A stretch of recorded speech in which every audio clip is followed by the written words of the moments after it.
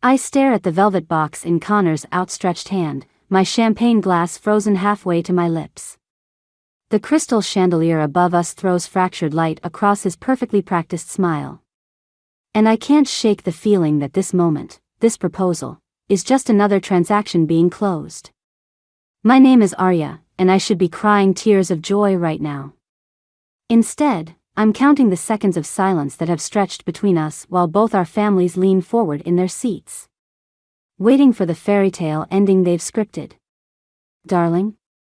Connor's voice carries that slight edge I've grown to recognize. The one that says I'm not performing my role correctly. You're keeping everyone in suspense. Mother clasps her hands together, her diamond bracelet catching the light. Oh, sweetheart, isn't this just perfect? Perfect. Like the merger documents I spotted on Father's desk last week. Perfect like the way Connor's mother, Sophie, has been dropping hints about grandchildren and family legacies over every lunch we've shared this month. The word catches in my throat as Connor's fingers tighten almost imperceptibly around the box. His eyes aren't warm anymore, they're calculating, measuring my response against some invisible benchmark. Connor, I force a smile, buying time. This is so unexpected. James Mitchell, Connor's father, chuckles from his seat. Nonsense. You two have been headed this way since prep school. It's about time my boy made an honest woman of you. The ring gleams, 3 carats at least, knowing Connor's taste for excess. It's exactly what I would have wanted 5 years ago, when I still believed in the fairy tale of us.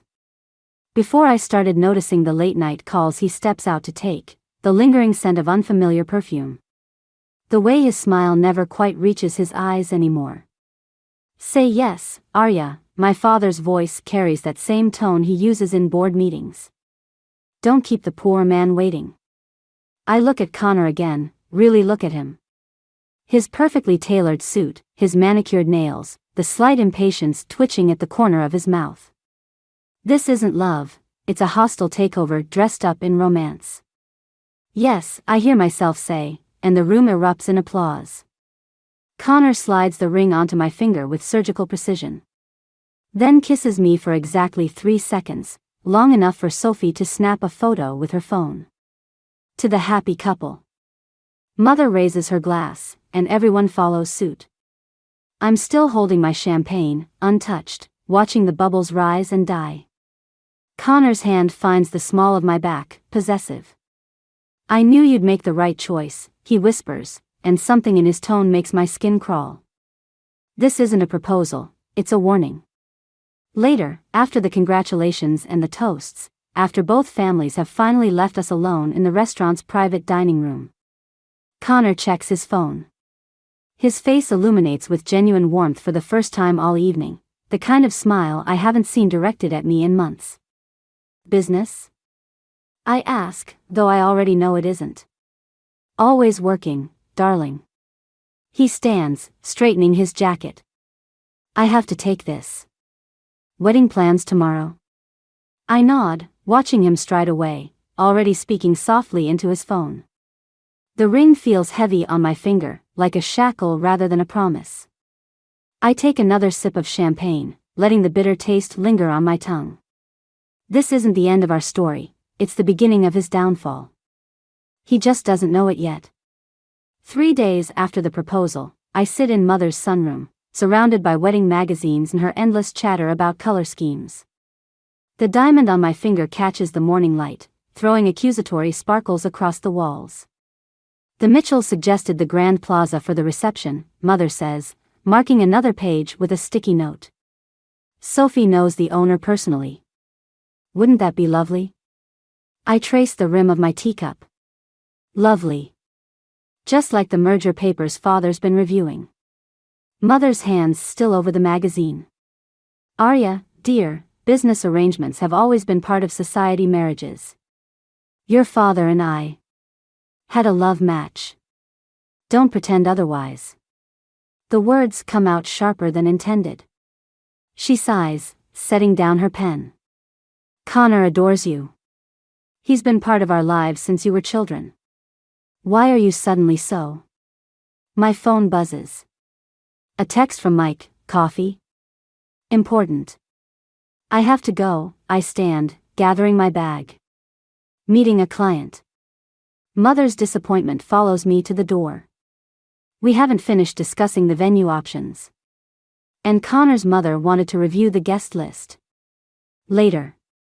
I'm already halfway out, the suffocating weight of expectations lifting with each step. 20 minutes later, I slide into a booth across from Mike at our old law school hangout. His usual easy smile is replaced by something grimmer. You look like hell, he says, pushing a coffee toward me. Thanks. You're not exactly runway material yourself. But I'm grateful for his directness, for the absence of wedding talk and false congratulations. He slides an envelope across the table. You asked me to keep an eye on things. Well, I found something. Inside are photos: Connor entering a high-rise apartment building, Connor at a restaurant, Connor with his hand on the small of a woman's back. The woman's face isn't clear, but her body language speaks volumes. Julia Parker, Mike says quietly. Junior partner at Richardson and Gray. They've been meeting 3 times a week for the past month. The coffee turns bitter in my mouth. Business meetings? Unless business meetings typically end at midnight in private residences. He pauses, watching me carefully. There's more. The merger your father's working on? Julia's firm is handling the legal side. Everything clicks into place: the rushed proposal, Connor's sudden interest in my father's business dealings, the late-night phone calls. He's using me, I say, and hearing it aloud makes it real. The marriage, the merger, everything, it's all connected. Mike reaches across the table, but I pull back. What are you going to do? Before I can answer, the cafe door chimes. Connor walks in with his mother, Sophie. I slide the photos under my napkin, forcing a smile as they approach. Darling. Connor's surprise sounds rehearsed. What a coincidence. Mother and I were just discussing wedding details. Sophie's eyes fix on Mike, her smile tightening. And who might this be? Mike Johnson. He stands, offering his hand. Old friend from law school. How nice, Sophie says, not taking his hand. Arya, dear, we were just heading to look at venues. Why don't you join us? Connor's hand finds my shoulder, squeezing slightly. Yes, darling. Much better use of your time then. Catching up. I meet Mike's eyes briefly. He nods almost imperceptibly. Of course, I stand, gathering my things. Mike was just leaving anyway. I'll call you about that case, Mike says meaningfully. As we leave, Connor's arm slides around my waist, possessive. I'd prefer if you didn't meet male friends alone, he murmurs. It doesn't look appropriate now that we're engaged. I lean into him, playing my part. Of course, darling. Whatever you think is best. But over his shoulder, I watch Mike pocket the envelope of photos, and I feel something shift inside me. The game Connor's playing has rules he doesn't know about yet. And I'm done being just another piece on his board. Sophie chatters about flower arrangements as we walk to her car, but all I can think about is Julia Parker. And how many other secrets are waiting to be uncovered. The Mitchell family estate looms before me, all Georgian columns and manicured hedges. I'm here for another wedding planning session, but my real purpose weighs heavy in my jacket pocket, a small recording device Mike gave me yesterday. Sophie's voice drifts from Connor's father's study as I approach. I pause outside the door, my hand hovering over the handle. The merger paperwork needs to be finalized before the wedding, James Mitchell says. Richard Bennett won't suspect anything if it comes through the usual channels. Julia's handling everything, Connor replies. Once the marriage is official, the transfer of assets will be seamless. Arya won't know what hit her until it's too late. My fingers curl around the recording device. Even expecting betrayal, hearing it laid bare makes my stomach turn. And you're sure she suspects nothing? Sophie asks. Connor's laugh cuts through me like glass. Please. She's so desperate to believe in our childhood romance, she'd swallow any lie I feed her. Besides, Julia's much better at handling the legal side of things. More cooperative. Speaking of Julia, James says, be more discreet. The girl from your mother's charity board mentioned seeing you together at LeBlanc. I'll handle it, Connor says dismissively. Arya's too invested now to back out. The wedding announcement's already in the society pages. I step back, my heel catching on the carpet. The floor creaks. Did you hear something? Sophie asks. I'm already moving, slipping into the nearby powder room as footsteps approach. The door closes behind me just as someone passes by. My phone buzzes, a text from Mike, got the financial records you asked for. It's worse than we thought. The bathroom door opens suddenly. Julia Parker stands there, perfect in her tailored suit, red lipstick immaculate. We stare at each other for a long moment. Well, she says, closing the door behind her. This is awkward. I straighten my spine. Not as awkward as sleeping with my fiancé. She laughs, checking her reflection in the mirror. Oh honey, it's not personal. It's business. Connor needed someone who understands the bigger picture. The hostile takeover of my family's company? Smart girl. She reapplies her lipstick. But not smart enough to see it coming, were you? Too busy planning your fairy tale wedding. Does it make you feel powerful? I ask. Being the other woman? Her smile falters slightly. Other woman? Please. I'm the only woman. You're just the signature he needs on the merger documents.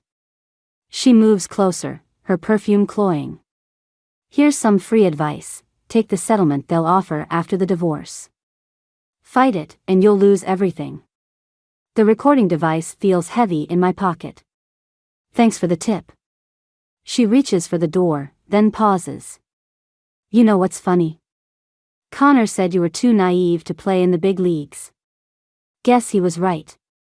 After she leaves, I wait 30 seconds before following. Connor's voice stops me in the hallway. Darling, there you are. He kisses my cheek, and I force myself not to flinch. Mother's been looking for you.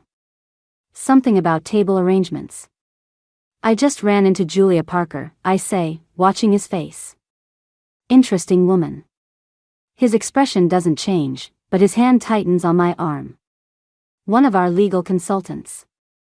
Brilliant mind. Among other assets, I'm sure. His smile turns cold. Careful, darling.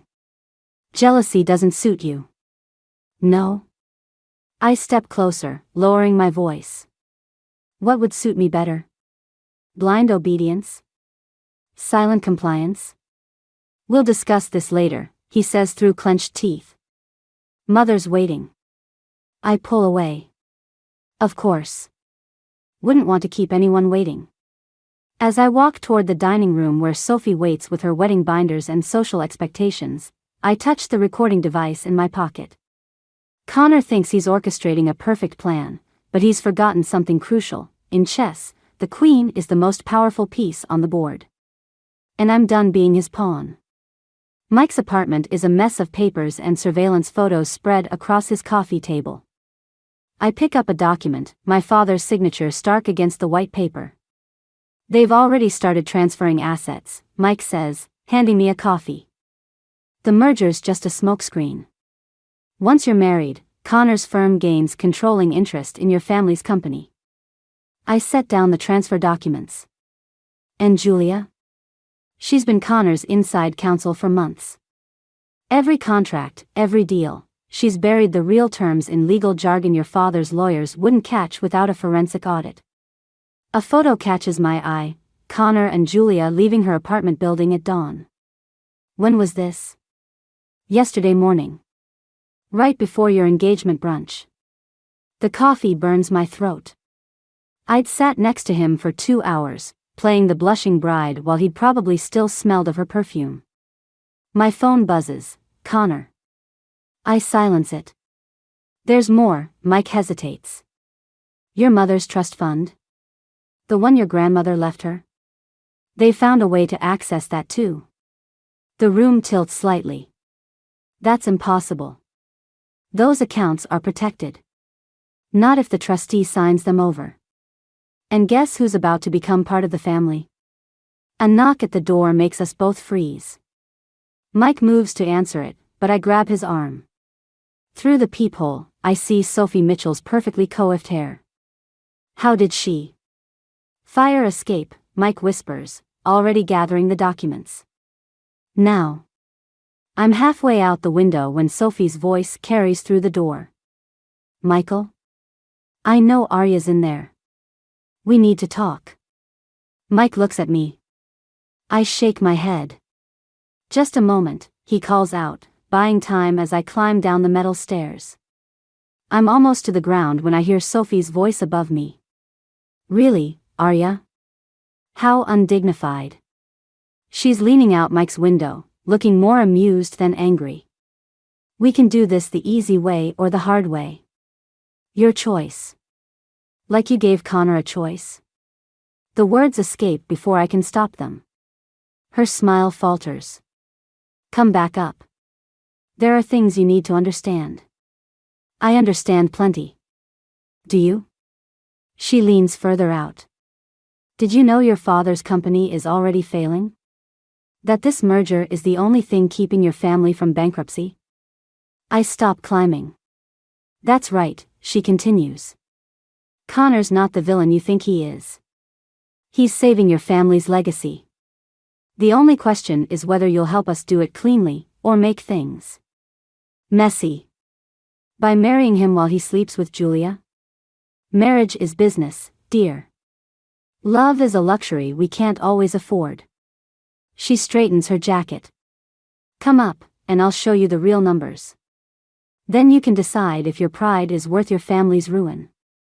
I look down at the alley below, then up at Sophie's calculating smile. Either way, I'm trapped. Fine, I say, climbing back up. Show me. In Mike's apartment, Sophie pulls out a tablet, displaying spreadsheets that make my stomach sink. Red numbers. Massive debt. My father's signature on desperate loans. Your father doesn't know we know, Sophie says softly. We could destroy him. Or save him. Your choice. Mike stands in the corner, his face grim. We both know what this means. The evidence we've gathered against Connor is now a double-edged sword. You have until tomorrow to decide, Sophie stands, smoothing her skirt. Choose wisely. After she leaves, Mike touches my shoulder. Arya. I shrug him off. Get me everything you can on Julia Parker. If I'm going down, I'm taking them all with me. This isn't just about revenge anymore, he warns. No, I look at the financial records, at the photos of Connor and Julia, at the ruins of my family's legacy. Now it's about survival. The engagement ring catches the light as I clench my fist. I've never felt more trapped, or more determined to fight my way out. The engagement party glitters around me like broken glass. I watch Connor work the room, his hand possessively at Julia's waist as he introduces her to various business associates. The perfect picture of professional courtesy, except for how his fingers curl into the fabric of her dress when he thinks no one's looking. Another champagne, Miss Bennet? A waiter appears at my elbow. Water, I say, trading my untouched glass. With lime. Father approaches, his bow tie slightly askew. Princess, you should be mingling. The Hendersons are asking about you. In a moment. I touch his arm. Dad, about the merger. Wonderful news, isn't it? His eyes are bright, unfocused. Connor's restructuring proposal will save everything. Should have done this years ago. My chest tightens. Did you read the full contract? Sophie's had her people review everything. Top-notch legal team. He pats my hand. Don't worry your pretty head about business matters. That's what having a strong son-in-law is for. Across the room, Connor catches my eye and raises his glass. I mirror the gesture, bile rising in my throat. Mike's text buzzes in my clutch, documents ready. Say the word. I type back, not yet. Need one more piece. Julia breaks away from Connor's group, heading toward the powder room. I count to 30, then follow. She's touching up her lipstick when I enter. Enjoying the party? Almost as much as you're enjoying my fiancé. I lock the door behind me. Her hand stills. Careful, Arya. You're playing with fire. No, I pull out my phone, showing her the photos Mike took. I'm playing with gasoline. And I have matches. She studies the images, her composure cracking slightly. What do you want? The truth. About the merger, about Connor's plans after the wedding, about how your father's company is hemorrhaging money. She turns to face me fully. Or about how Connor plans to strip it for parts once he has control. The words hit like physical blows, but I keep my voice steady. And your role? I get partner at Mitchell & Sons, plus a percentage of the liquidation. Her smile turns sharp. Connor gets everything else. Including your mother's trust fund. You really think I'll let that happen? You really think you can stop it? She steps closer. Face it, Arya. You lost this game before you knew you were playing. The contracts are signed. The transfers are in motion. In 3 weeks, you'll be Mrs. Connor Mitchell, and everything your family built will belong to us. My hand shakes as I reach into my purse. Thank you, Julia. For what? I hold up the recording device. Her face drains of color. For confessing. I unlock the door. Oh, and Julia? Red isn't your color. I'm halfway across the ballroom when Connor intercepts me. Dance with me, darling. People are watching. His hands settle on my waist as we move to the music. I can smell Julia's perfume on his collar. Mother told me about your little investigation, he murmurs. Very resourceful. But ultimately pointless. Like our engagement? His fingers dig into my hip. Don't be dramatic. This is business. No, I say softly. This is war. He spins me under the chandelier light. A war you can't win. Your father's signature is on every document. The merger goes through with or without the wedding. But with it? His smile turns cruel. At least your family keeps their dignity. Their social standing. Their illusions. The music swells. Around us, couples dance, glasses clink, cameras flash, capturing the perfect society engagement party. You have until tomorrow to destroy whatever evidence you think you have, Connor says. After that, things get unpleasant. I meet his eyes. They already are. Breaking away, I head for the exit, typing rapidly on my phone, Mike, release everything. All of it. Now. Behind me, Connor's phone chimes. Then Julia's. Then a cascade of notifications across the ballroom as emails land in dozens of inboxes. Sometimes the only way to win is to burn everything to the ground. Chaos erupts in the ballroom as phones light up with notifications. I stand in the center of the storm, watching my carefully orchestrated revenge unfold.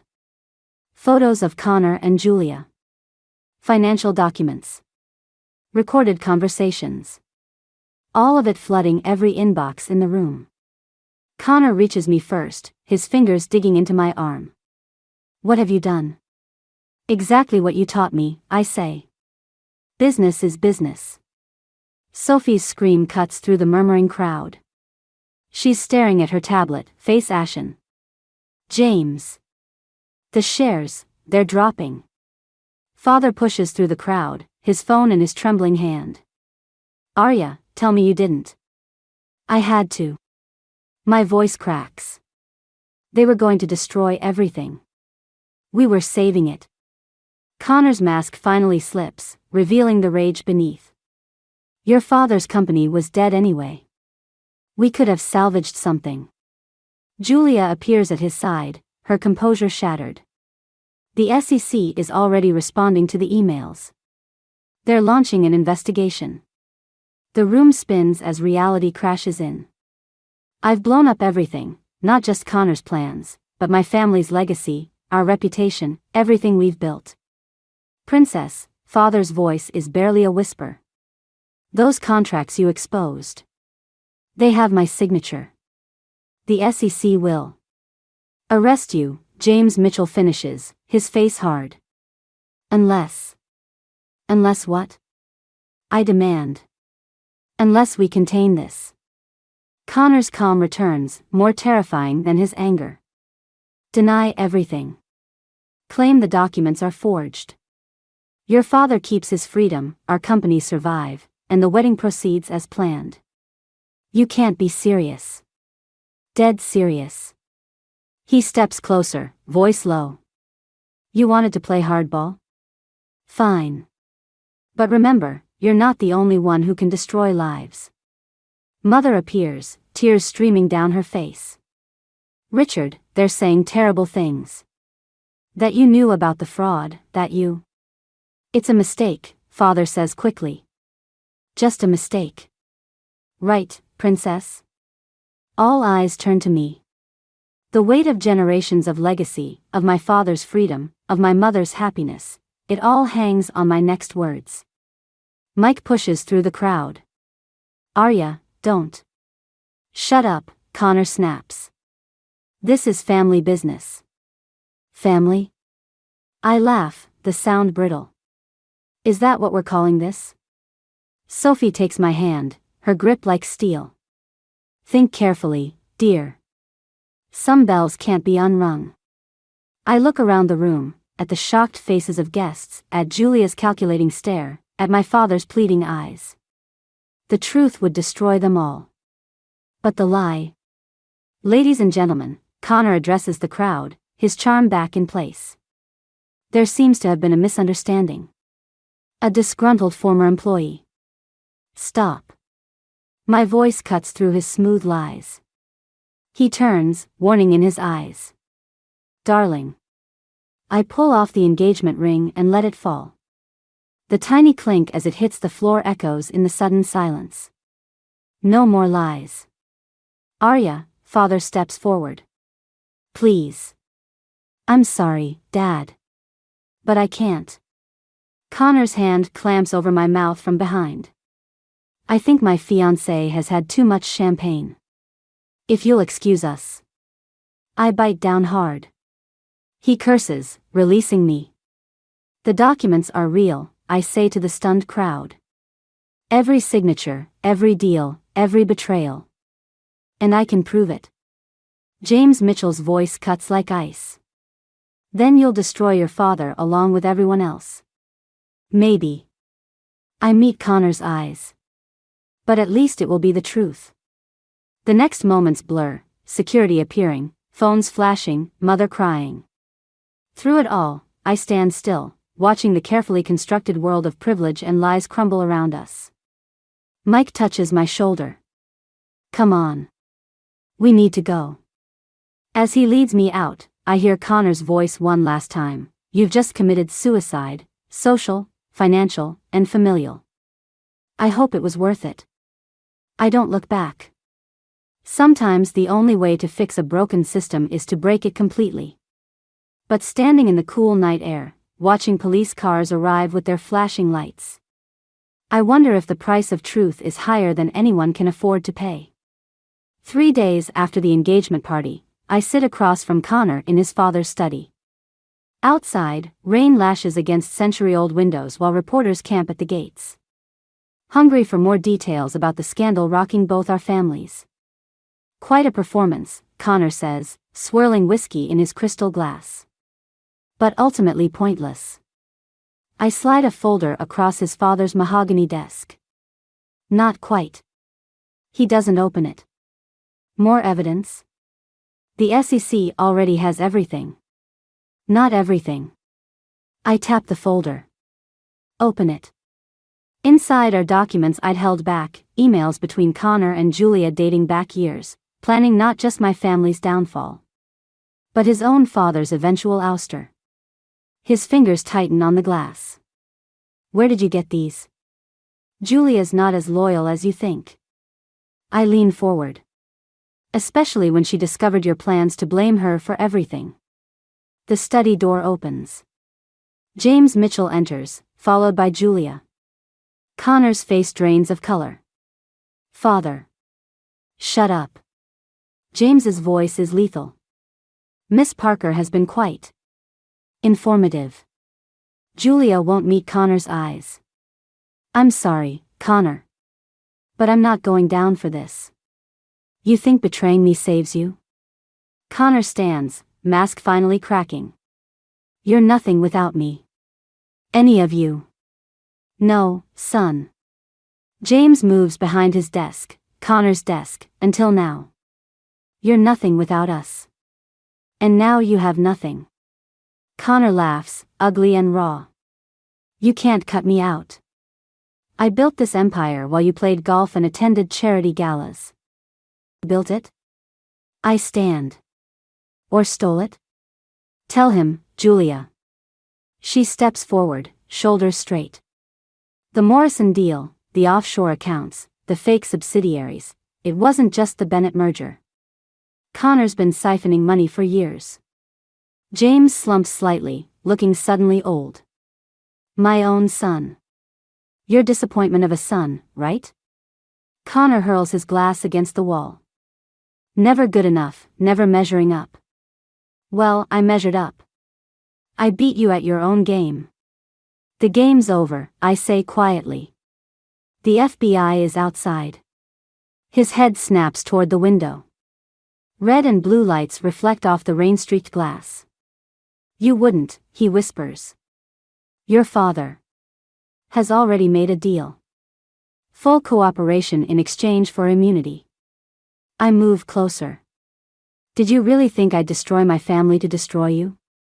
Understanding dawns in his eyes.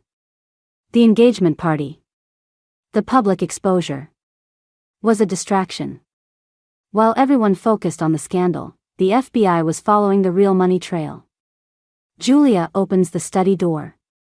2 FBI agents enter. This is what real power looks like, Connor, I say as they approach. Not manipulation. Not fear. Truth. He lunges suddenly, not at the agents but at me. His fingers close around my throat. Then he's on the ground, James Mitchell standing over him, fist raised. That's enough. As the agents cuff him, Connor looks up at me. I loved you once. Did you know that? No, I touch my throat. You loved what I represented. There's a difference. Connor Mitchell, the agent recites his rights as they lead him away. Julia follows with another agent, head high, ready to make her own deal. James pours 2 drinks, hands me one. You've destroyed my son. He destroyed himself.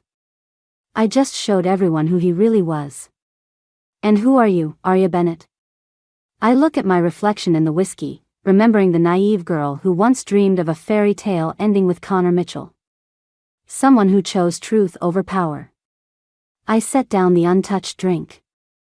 Goodbye, Mr. Mitchell. Outside, the rain has stopped. Reporters surge forward as Connor is led to a waiting car. Camera flashes turn the night into day. Mike waits by my car. You okay?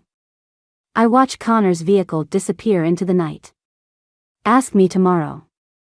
Was it worth it? I think of my father's face when I showed him the FBI's deal, of my mother's tears of relief. Of the weight lifting from my shoulders as truth finally won out over lies.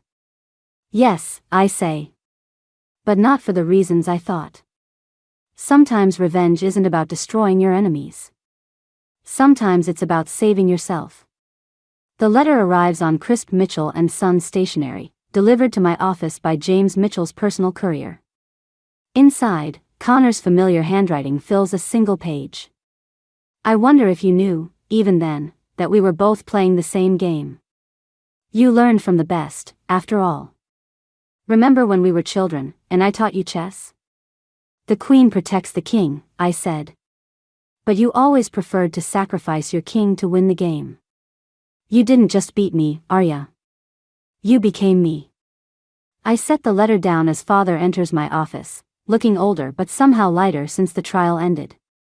The board approved the restructuring, he says, settling into the chair across from me. James Mitchell's stepping down. They want fresh blood at the helm. And you? Retirement suits me. He studies my face. They want you, you know. Both companies. A merger of sorts, but not the kind Connor planned. I touched the letter. I'm not interested in running either empire. No? He smiles slightly. Then why did you fight so hard to save them? Because they needed saving. Not owning. Mike appears in the doorway, case files under his arm. Sorry to interrupt, but the Richardson and Gray partners are here. They're ready to discuss the merger terms. Father stands. I'll leave you to it. Dad? I catch his arm. I'm sorry I couldn't tell you about the FBI deal sooner. You protected the family your way. He touches my cheek. Just like your mother would have. After he leaves, Mike drops the files on my desk. Julia's testimony went well. Connor's looking at 15 years minimum. And Sophie? Left the country last night. Apparently, Switzerland is lovely this time of year. I pick up Connor's letter again. He thinks I became him. Did you? No. I feed the letter through the shredder. I became myself. The intercom buzzes. Miss Bennett? The partners are waiting. Ready? Mike asks. I gather the files. Almost. In my desk drawer, the engagement ring sits in its velvet box, my last piece of evidence, my last link to Connor. I consider it for a moment, then leave it there. Some things are better left buried. The conference room fills with lawyers and executives, all watching me expectantly. These are the same people who once dismissed me as Connor's ornamental fiancé. Now they lean forward, eager to hear my terms. Before we begin, I say, let's be clear. This isn't a merger, hostile or otherwise. This is a partnership. Equal terms, equal responsibility, equal consequences. Murmurs of agreement ripple through the room. Through the glass walls, I see Father watching proudly. Beyond him, Mother arranges flowers in the reception area, rebuilding our world in her own quiet way. The documents are standard, I continue, but my mind drifts to Connor, sitting in his cell, probably still plotting, still scheming. Still believing that power means control. He never understood that real power isn't about what you can take. It's about what you choose to give up. Miss Bennett? One of the partners prompts. Shall we proceed? I look around the table, at Mike's encouraging nod, at the future stretching out before me, unmarked by revenge or regret. Yes, I say. Let's begin. Later, standing at my office window, I watch the city lights flicker on. My phone buzzes with a text from an unknown number, you won. But at what cost? I don't need to ask who it's from. Connor always did need the last word. I type back a single line, the price of truth is worth paying. Then I block the number, slip my phone into my bag, and head for the door. Outside, Mike waits with takeout and case files, not a fairy tale ending, but a real one. Sometimes the happiest endings aren't about winning or losing. They're about choosing your own path, even when that path leads somewhere unexpected. I close my office door, leaving Connor's ghost behind. Tomorrow is another day, and this time, I'll face it on my own terms.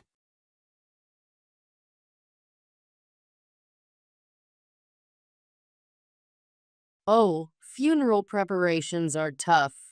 And my wife is so useless. What am I going to do? Really, it is tough, isn't it? What did she come here as a wife for? That day was my father-in-law's funeral. My husband and mother-in-law had not helped with any preparations and had left everything to me. However, as relatives began to gather, they slandered me, claiming all the work as their own achievement. Moreover, my husband's unbelievable actions continued even further. Hey, why are you trying to take out the condolence money? I couldn't help but reprimand him for his unreasonable behavior, to which he responded, "Shut up. It's none of your business.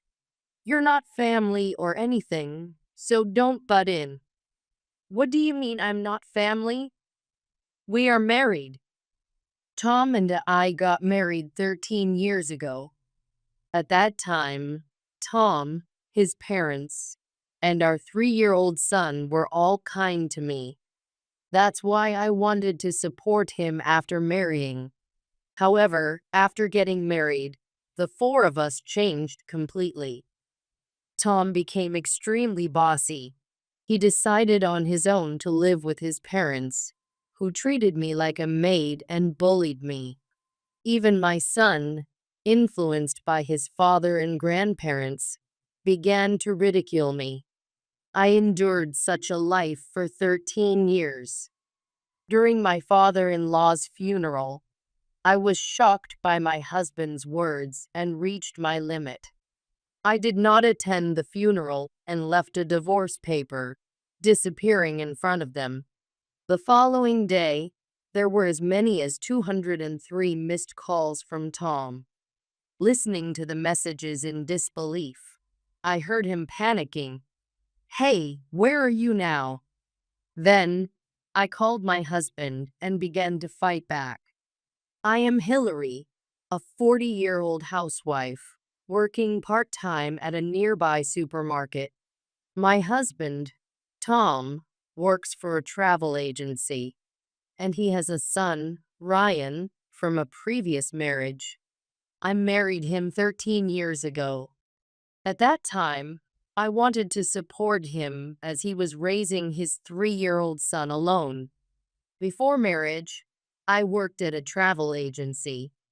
14 years ago, a male employee joined the company through mid-career recruitment. I'll be under your care from today. I look forward to working with you all. That man would later become my husband, but at the time, he seemed like a very refreshing man. Hillary, I heard from others that you are well versed in this job. Can you teach me? Of course, I'd be happy to.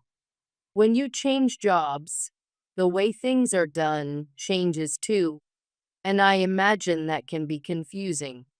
However, Tom was proactive in asking questions and worked hard to learn the job. Hillary, I'm free right now, so I'll take care of this task. Really? Thank you. That's a big help. Tom approached his job with a serious attitude, so he learned quickly. As he became proficient, his work speed increased, and he was able to help me with my tasks, which made me feel reassured about his reliability. Wow, Tom, you're raising a child on your own and working hard too? Isn't it tough?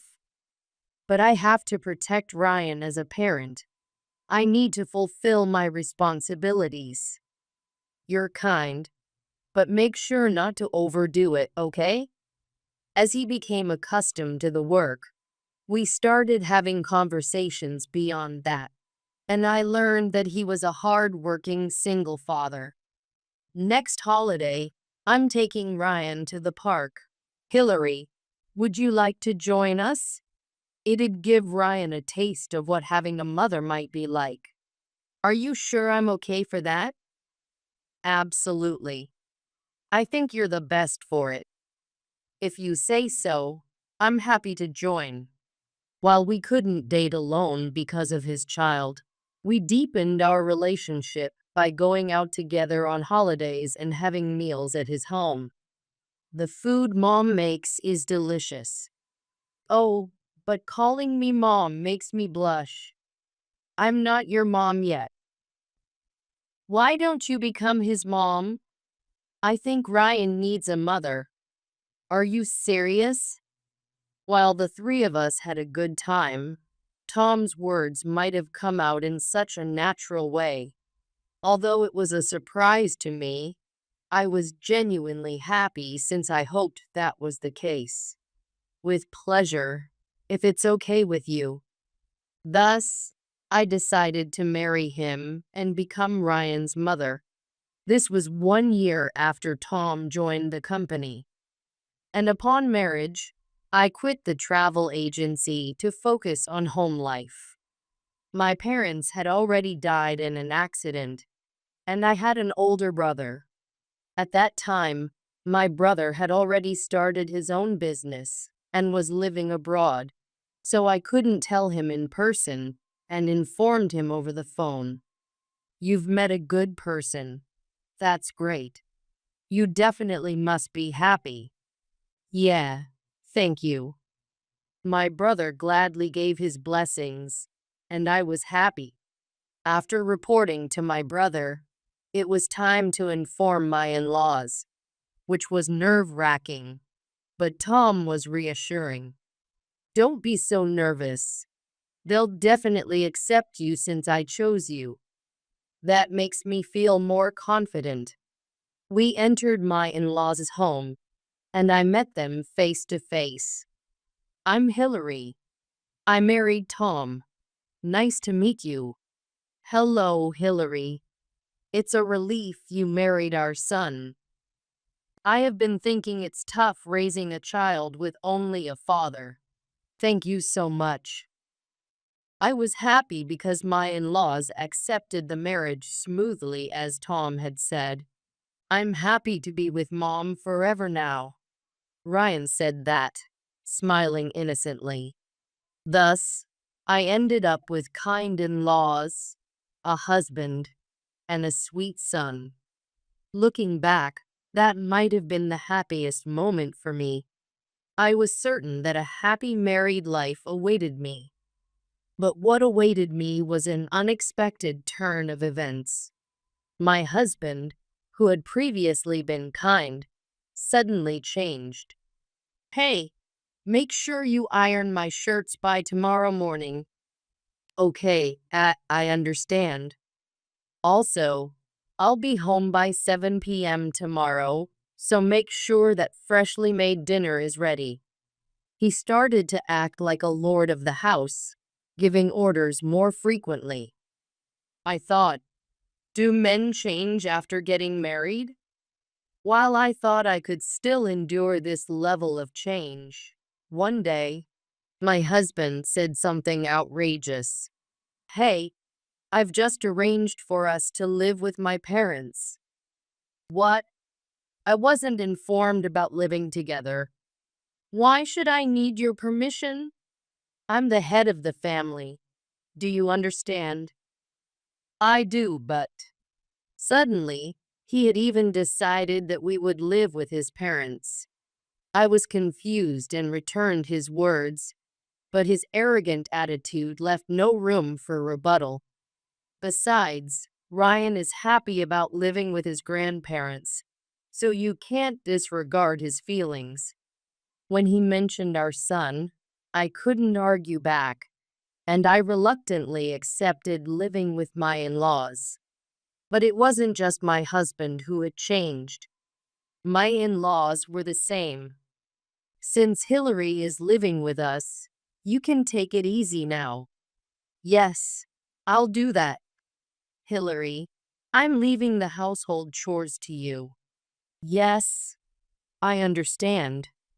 I thought I would be sharing household duties with my mother-in-law, but instead, all chores were assigned to me.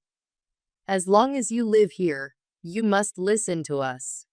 If you defy us, we'll tell Tom. Whatever you say, Tom will always believe us, you know.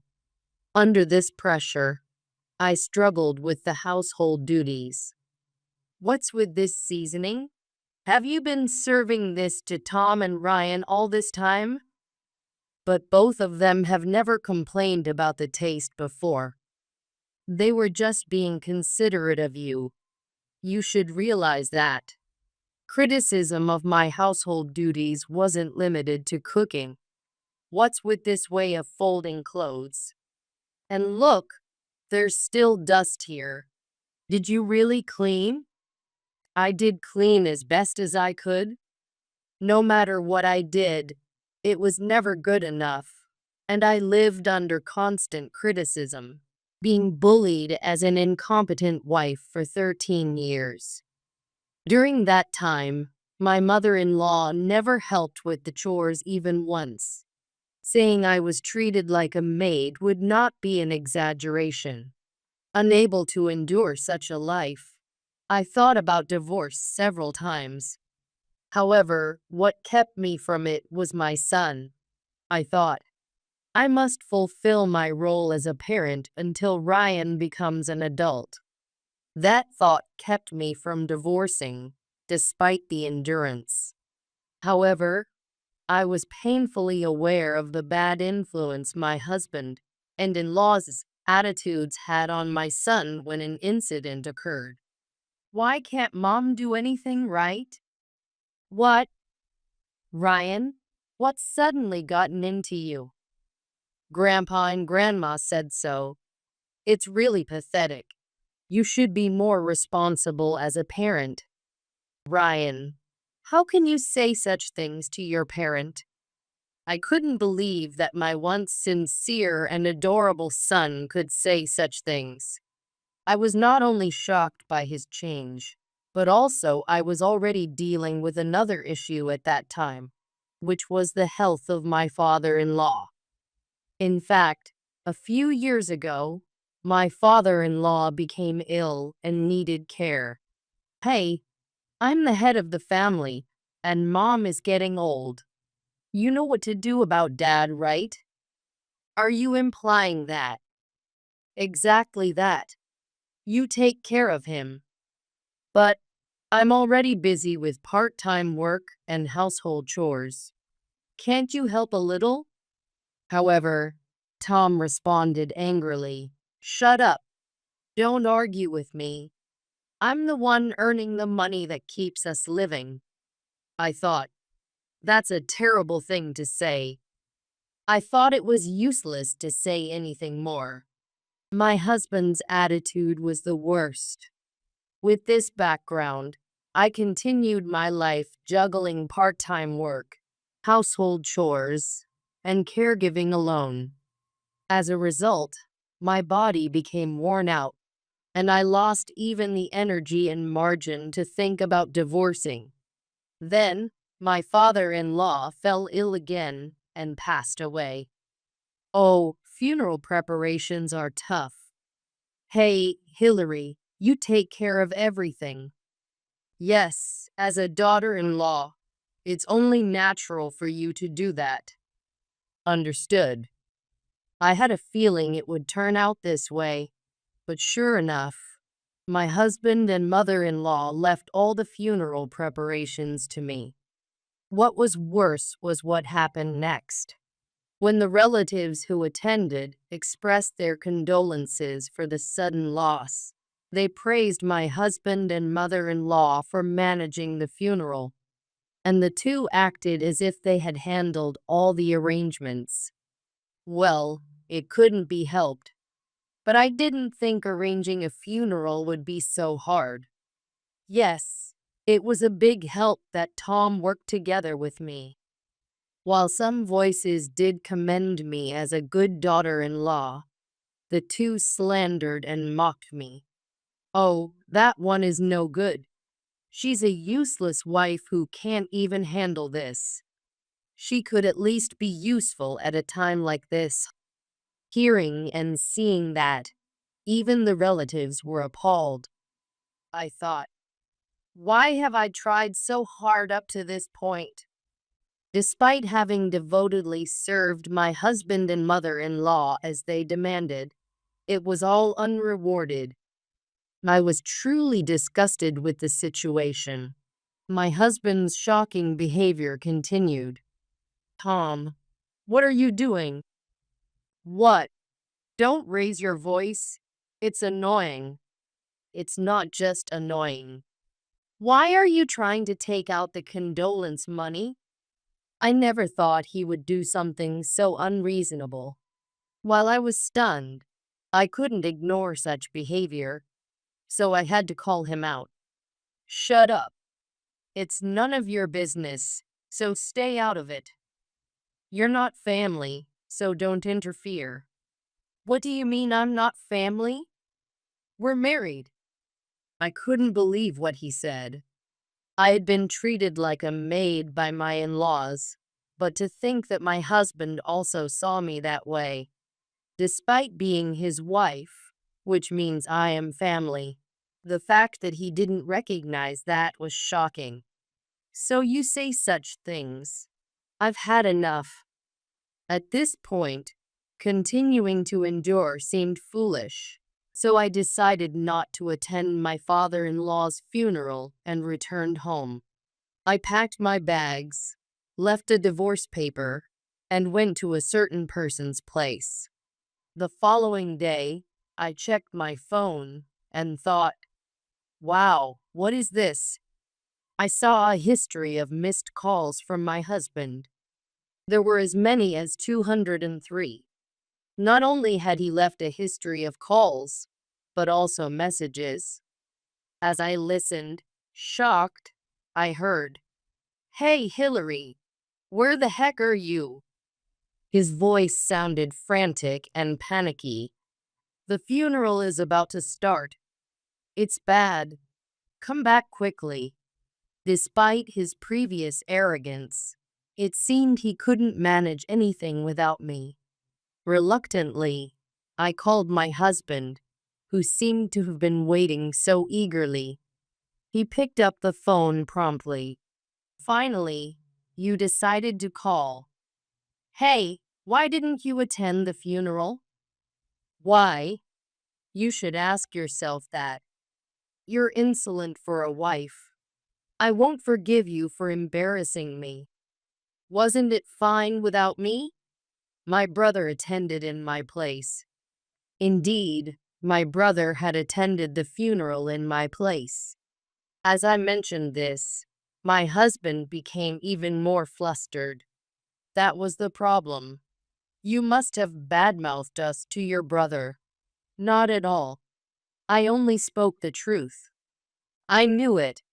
And your brother discussed it in front of the relatives.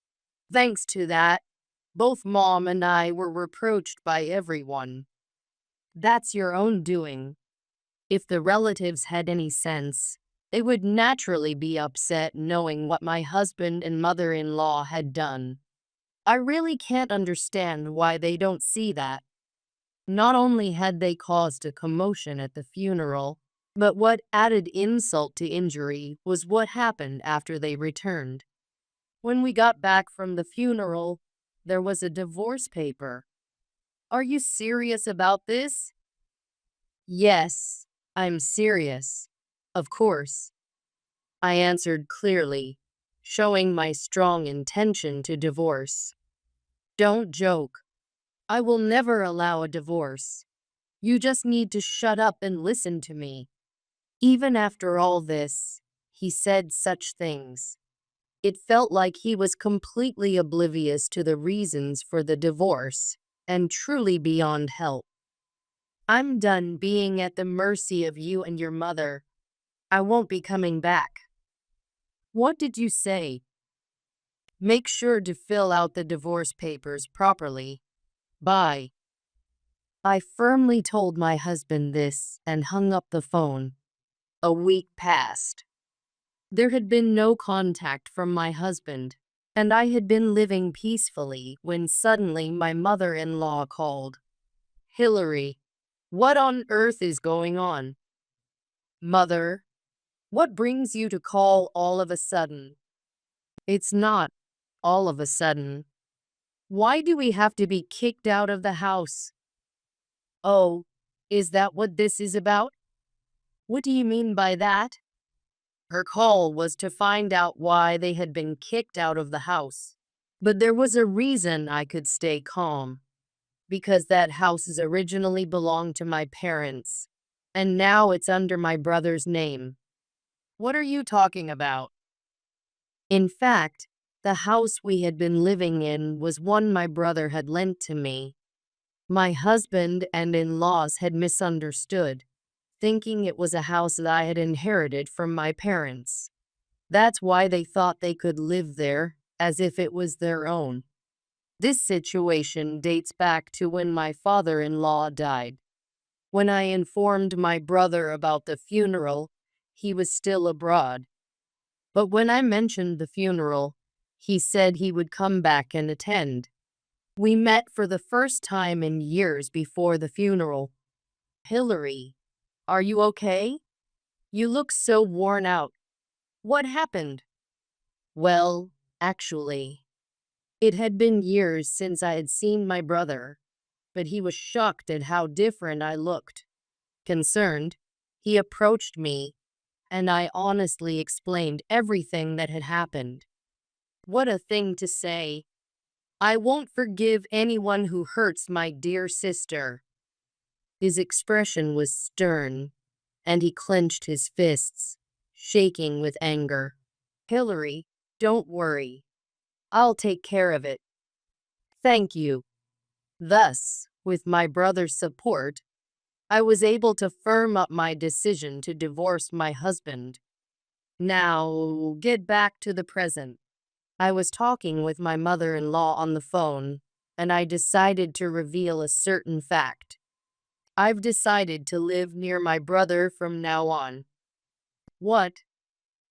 As I said this, my mother-in-law sounded shocked. It seemed that Tom was nearby, and taking over from the silent mother-in-law, he spoke up. Hillary, don't say things like that. Let's start over. I'm reflecting on it all. What are you saying all of a sudden? It's absurd. I can't even consider getting back together with you. I'm serious. I'm your husband, after all. Can't you trust what your husband says? What made him think he could be trusted after all the trust-destroying actions he had taken? Moreover, the situation had changed since before, and I decided to tell him about it. Listen, Tom. Another reason it's impossible to get back together is that I'm not in the US right now. What? What do you mean?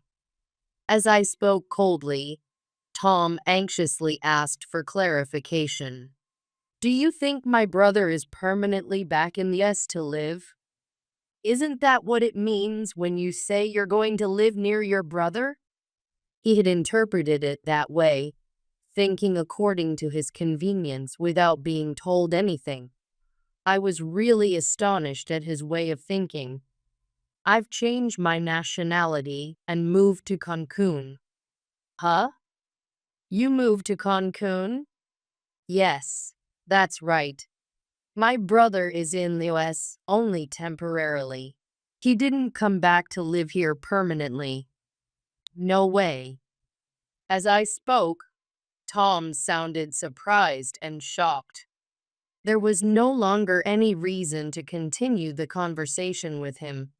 I decided to tell him one last thing. Right now, my brother is staying in the US to handle various procedures. So please ask him about anything else.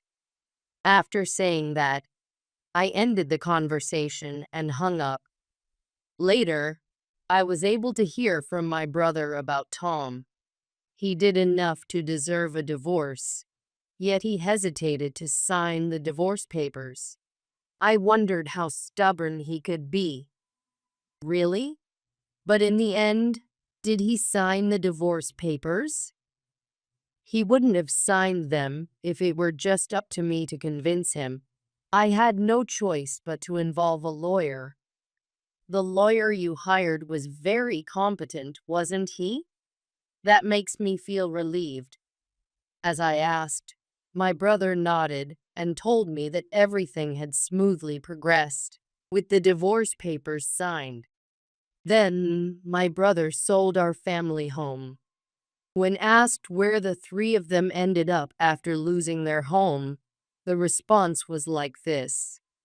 After I sold the family home, they had nowhere to live. Now, they're living in a rundown apartment, all three of them. Wow, that's tragic, but it's really just a case of reaping what they sowed. While it seemed tragic to hear about their situation, there was no room for sympathy. If they had remained as kind as they were before the marriage, things would not have ended this way. Ryan could have grown up properly too.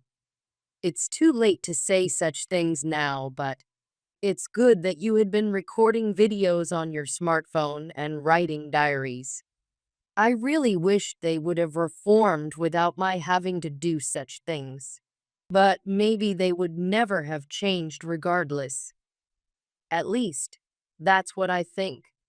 After all, they have caused you so much suffering. What you did was hardly a punishment.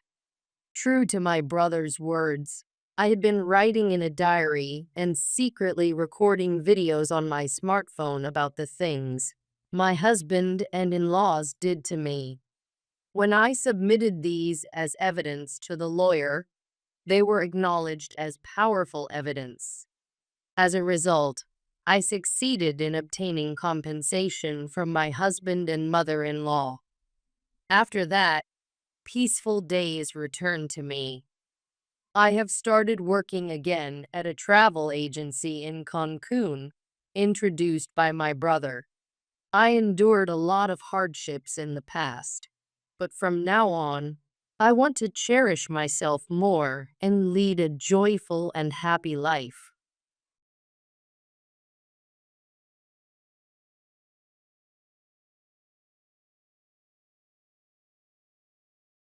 Being with you just makes me poorer, so I want a divorce. You can have the kid, just pay me $80,000.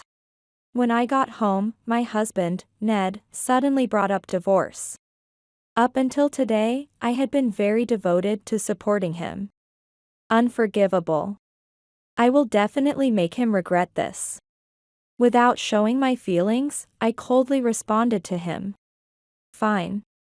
My casual response must have shaken Ned. But it's too late. From now on, you're going to see hell. My name is Sandra Irving. I'm a 25-year-old front desk clerk at a hotel. Last year, I married Ned, my boss at the time.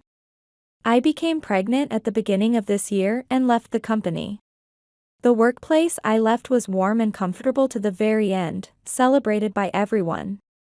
Since then, I have been a full-time housewife, working hard on housework and childcare. Our newborn son cries a lot at night and doesn't drink well. Despite the chaos of having a child for the first time, Ned had been devotedly supportive. However, Ned suddenly changed one day. He used to be proactive with household chores and took care of the child. But his recent behavior has been strange. I've got a work dinner tonight, so I won't need dinner. That's a lot, huh? I understand for a sales job, but it's tough when it's you all the time. You gotta do what you gotta do. I'm off. There were never weekly drinking parties when I was working. Especially since he was like the head of the restaurant department. Such meetings were supposed to be during working hours. It was unheard of him to go to drinking parties after work, even when our son was born. But recently, this lifestyle has become the norm. I convinced myself that things must have changed since my time. However, that led to suspicions due to Ned's certain behavior. I'm home. Is the bath ready? Welcome back. It's ready. Ned seemed unusually happy when he returned from the drinking party, and strangely sober. Which made me question his expression. Ned, you're usually not good with alcohol, but you seem fine today. Oh, yeah. Didn't drink much. Ned appeared greatly disturbed by my casual remark. Another surprise was nearby him. It wasn't the smell of alcohol but the scent of women's perfume. Usually, he would have a drink with snacks as soon as he got home, but today was different. He immediately asked for a bath. At that moment, a sense of discomfort arose in me. You usually come home drunk after being forced to drink so much? Today the sales manager wasn't there next to me. Thanks to that. Don't sweat the small stuff. Just worry about your chores. People often express lies through negative words and speed up their speech without realizing it. Ned was particularly prone to taking a domineering attitude. Hearing his words, I instantly sensed his guilt. Despite this, he continued to go to drinking parties. And there were times when he came home early in the morning. I was convinced that Ned is keeping something from me. When he returned home early one morning and left for work without sleeping. This is Ned's phone. He had unusually left his phone on the sofa, and I found it. While holding the phone and contemplating whether to bring it to him, Ned returned home. Seeing me with his phone, he snatched it back with a look of disgust. What are you doing touching someone else's phone? Huh? I was just wondering whether to bring it to you since you left it here. Shut up. You didn't look, did you? While he quickly put the phone in his chest pocket, he glared at me with a look of contempt. The way he looked at me made me more certain. He thought it would be bad if I saw what I shouldn't see. This might be the moment, I thought. But if it's another woman, it would be bad to confront him now and have him delete the evidence. I haven't looked. I wouldn't stoop so low. What's with that tone? Who do you think is feeding you? Know your place. Trying to intimidate with power, Ned slammed his bag onto the table. He was trying to dominate me through force. If I were alone, I would talk back and leave the house right now. But I can't do that with my precious son here. Who knows what could happen? I need to endure. Endure and expose Ned's wrongdoing. I clenched my fists hard, desperately trying to control my anger with pain. As if sensing my feelings, our son, who was sleeping in another room, woke up and realized I wasn't there. I could hear his desperate cries calling for me. Shut him up already. His irritable shout made me flinch, and I could almost see him raising his fist. I shrank from his menacing look. How did our relationship come to this? At the beginning of our marriage, there was nothing like this. But upon reflection, maybe I was just blind. His behavior had always hinted at something like this. In the early days of our marriage, Ned insisted on meticulous household rules. Clean the toilet after every use, never leave dishes in the sink. He demanded that meals only be eaten after all the dishes were washed. And the sink was scrubbed clean.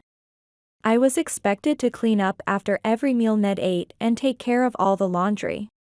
If his shoes were dirty, it was up to me to notice and clean them without being asked. I remember these directives led to arguments between us, as I was overwhelmed by the constant demands.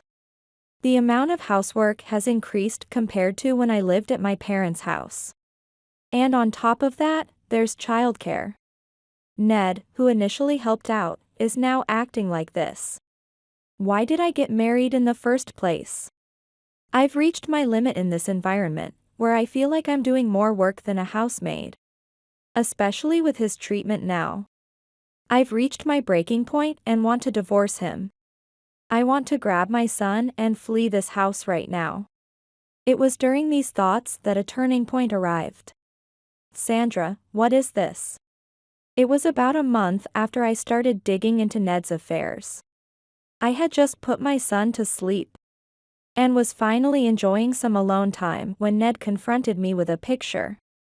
It was a snapshot of a pleasant coffee time with a former colleague from my previous job. What are you doing so leisurely outside while I'm at work? I finished the housework and went out for some coffee to stretch my legs. What's wrong with that? Where do you get the money for this? You've been wasting the living expenses I give you. Ned mistakenly believed that I had misused the living expenses on non-essential things. Without listening to my side, he started yelling loudly. At that moment, our son, who was supposed to be sleeping, woke up and began to cry loudly. Shut up. Stop wailing. Despite the fact that our son was crying in another room, Ned went out of his way to enter the room and scold him. At that moment, feeling the need to protect my son, I stood in front of the door in a defiant stance, determined not to let him pass. Move it. No, I won't move. Do you even realize what you're trying to do? He's just a newborn baby. It's insane to yell at such a small child. Over the past few days, it seemed my eyes had been opened. Staying with this man would bring no happy future for either me or my son. I wanted to leave right away. I had enough reasons to leave. All that was left was to gather the funds to do so. I still couldn't raise my son alone. First, I needed to find a job. I had to look for one discreetly, not at my previous workplace. As I was thinking this, Ned forcefully pushed me aside, opened the door violently, and left it open as he coldly spoke. Get out. I don't need a wife who can't show respect to her husband. Pack your things and leave now. Wait, what are you saying? Don't be unreasonable. Just leave. You're an eyesore, you maggot. After using my money without permission and that arrogant tone. Who do you think you are? If you're going to talk back like that, I don't need you anymore. Take the kid and just disappear. Ned hurled insults at me and, while shoving our crying son and my belongings at me, he threw us out the front door. He locked the door, making it completely impossible for me to return home. I was left wandering the streets with my newborn son. In the quiet back alley late at night, only my son's sad cries echoed. I'm sorry. I'm so sorry. Because I was such a failure as a parent. I'm really sorry for putting you through this hardship. Fearing a disturbance report from the neighbors, I quickly moved to a park. Holding my son tightly to keep him warm, ensuring he felt my presence.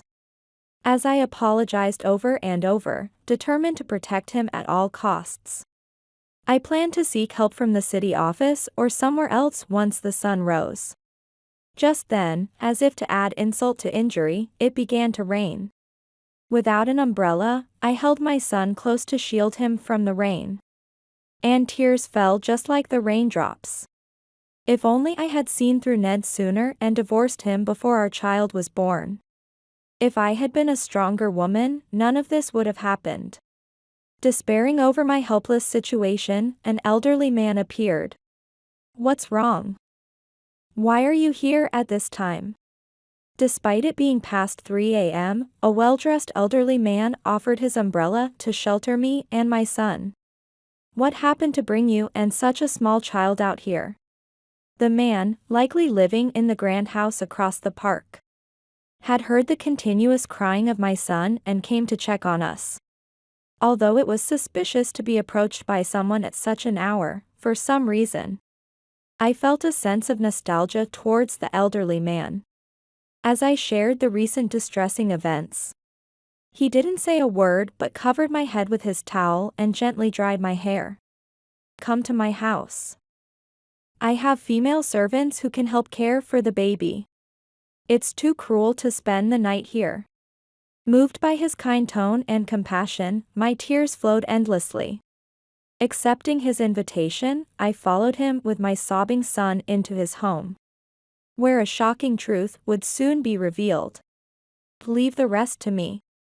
Nodding at his words, I decided to rest for the time being. His servants were kind and gladly took care of my son. Thanks to them, I was able to sleep soundly for the first time in a long while, waking up only in the afternoon. A female servant noticed my awakening and mentioned that my phone had been ringing a lot. She had refrained from waking me, considering my deep sleep. Grateful for their kindness, I checked the missed calls, unsurprisingly all from Ned. Likely, he couldn't prepare breakfast without me and was demanding I return immediately. His calls were typical of a hopeless husband, making me regret ever seeing anything good in him. Though I didn't want to return, ignoring him could lead to trouble with the police. Deciding to speak with Ned, I took my son and headed home once more. Thus began the fierce battle between me and Ned. You. Where have you been wandering around until now? Not preparing breakfast, leaving the house a mess. After such a stupid argument yesterday. You stubbornly didn't come home all night. I nearly snapped back, but I suppressed the urge to retaliate. How am I supposed to enter when the door is locked? And how would I know about the lack of breakfast? If you regret not being able to prepare it yourself, you shouldn't have driven me away. You're the smart one, aren't you? He always belittled me. A smart person like Ned would have avoided such a situation altogether. But in the end, he was the one in trouble. He should realize it's all his own doing. With that in mind, I goaded him by throwing his words back at him, and I saw his temples twitch. I've had it. I can't do this anymore. His anger must have reached its peak. I don't know when he prepared it. But Ned pulled a piece of paper from his room and slammed it on the living room table. We're getting a divorce. I never want to see your face again. There, on the table, lay the divorce papers with Ned's name on them. He must have thought I would panic upon seeing it. His face, expecting an apology, revealed his inner thoughts. But I wasn't going to play into his hands. I grabbed a pen from a nearby shelf and signed without hesitation. Understood. You're unusually compliant. With no job and no parents, you have nowhere to go. What are you going to do now? Despite his outward bravado, I could see the cold sweat on his forehead. The twitching corners of his mouth, and the look on his face said it all. Such a foolish man. While inwardly despising him, I quickly gathered my remaining belongings. Silent, huh? Well, fine. This feels refreshing. As I ignored his words and packed, Ned, seemingly carefree, delivered the final blow. Being with you just makes me poorer, so I want a divorce. You can have the kid, just pay me $80,000. Perhaps because I wasn't visibly shaken, Ned demanded a reckless amount of money. I was utterly astounded internally. He was trying to shake me with money, to rile me up. If we got into an argument, he could dominate the conversation and manipulate me. Then he would impose even more restrictions on me, making my life miserable while he freely enjoyed himself. Reading through Ned's transparent thoughts, I turned around with a broad smile and quickly responded. Fine. Hearing this, Ned visibly faltered and panicked. Do you understand? $80,000. $80,000.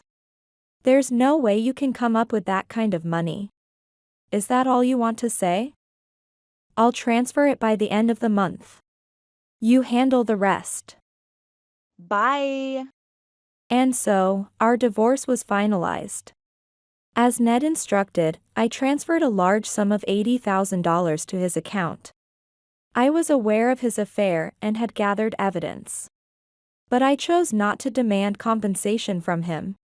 Because from now on, I plan to show him a hell that money can't redeem. 2 weeks later. When I woke up in the morning, my phone was bombarded with calls from Ned. It was finally happening. Ned would surely call again. Sure enough, he called. I didn't answer the first time, and on the second call, I hung up shortly after picking up. On the third call, I finally answered, and Ned, his voice raised and speaking rapidly, blurted out. You. What do you think you're doing? Are you messing with me? If I had answered on the first call, I could have kept the conversation calm and controlled. My actions on the second call were meant to frustrate him.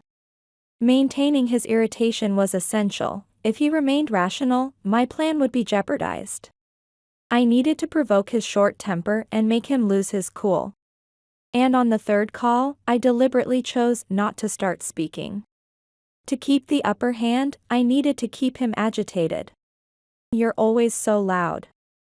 I can adjust the volume on my phone, so there's no need to yell. What do you want? I'm quite busy, you know." While saying this, I elegantly sipped my coffee and flipped through a magazine. Busy was a lie. I was enjoying a leisurely day off with my son. Making it seem like I was too engaged in real life to bother with him was merely part of my rhetoric. "What have you done? What are you talking about?" "I haven't done anything." Such a lie. In truth, I had taken everything from Ned. His wife, his job, his money, his family. I had stripped him of everything. That's a lie. Only you could have done such a thing. Give me back everything. You liar. Ned was crying bitterly over the phone. His pained cries almost amusing to me, and I laughed to myself. Why don't you try explaining what I did? I seem to have a bad memory these days. I can't remember a thing. Unlike him, destined for hell, I continued to enjoy my magazine and coffee time. He spoke to me in a fading voice, revealing shocking news. Immediately after our divorce, Ned remarried his current wife. Of course, I knew she had been his affair partner while he was married to me. It also turned out she was the daughter of a president of a client company. Apparently, Ned had concealed the fact that he was married. And on the day he proposed divorce, it was revealed that she was pregnant. Ned hurriedly divorced me and remarried her. Because she was connected to the largest contract among his clients. Thus, in a rush, Ned pushed for the divorce. His plan to divorce me succeeded, but that was just the beginning of his tragedy.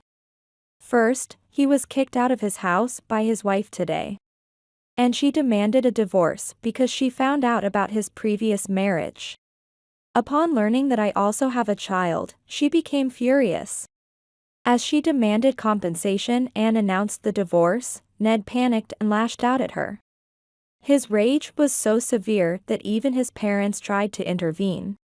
He caused both mental and physical distress to his wife, leading her to report the situation at his workplace. The hotel he worked at decided they couldn't contract with someone like him and fired him. It was as if they clearly chose their business partners over him, and in one day, he lost both his wife and his job.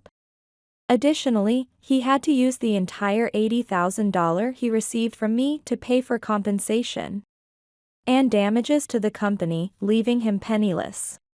The damages to the company were so great that even $80,000 was not enough. And he had to use up all his savings. How did she know about my previous marriage? The only one who would do something like that is you. You stole my happiness. Ned screamed in frustration. I closed the magazine I was reading and decided to face him directly. His utter lack of remorse infuriated me. I had intended to just listen to him and hang up. But his continued refusal to reflect on his misdeeds was unbearable. I couldn't stand it. Stole your happiness? It's just karma. You cheated while you were with me, you were abusive to your wife leading to your divorce. And you got fired from your job, all because of your own actions. What did you say? You are nothing, and you dare to preach to me like that? You must be living a busy life because you can't support a kid on your own. This is the punishment for dumping me. He must have mistaken that I was working from morning to night. Holding up the magazine in front of me, I scorned him inwardly while politely delivering a sarcastic remark. I was busy reading a beauty magazine until just now, but I've finished. Now I'm thinking about having my second cup of coffee and maybe doing some knitting. What? How is that busy? Are you mocking me? Even over the phone, I could imagine him turning red and steaming like an octopus. My cheerful laughter probably irritated him even more. His shouting didn't stop. But even that was pleasant to me. I had been unable to say anything to him before, but now I was easily manipulating him. The unreachable environment where he could only shout was frustrating for him. And he demanded to see me immediately. Where are you? A phone call isn't enough. I'm coming over to your house right now. Sandra Irving, you're welcome to come, but you'll be turned away. I'll let the servants know that you're an outsider and absolutely not allowed in. Servants? Yes. I'm currently living in a mansion. With my father. I switched to a video call to show him the surprising scene. Chairman. Displayed on the screen was the elderly man who had helped me. And he was the chairman of his workplace. He was my father. Hello, Ned. Nice to meet you, perhaps? I'm Sandra's father. What? Huh? Father? How come? Chairman, I don't understand at all. Ned, who had been told I had no father, was visibly shaken. Even though I couldn't see his face, I could imagine his bewildered expression. Actually, I was divorced from Sandra's mother when she was pregnant with her. My parents had a romance despite their different social statuses. My father was the heir to a financial conglomerate, and my mother was a commoner. The child of a salaryman and an office lady. Grandmother disapproved of their marriage. And the entire family opposed it so vehemently that my father was disowned and lost all support. Seeing this, my mother broke up with him. And gave birth to me in a state where only recognition from the father was allowed. To avoid tarnishing the family name, they did not marry. But he recognized the child and sent child support every month.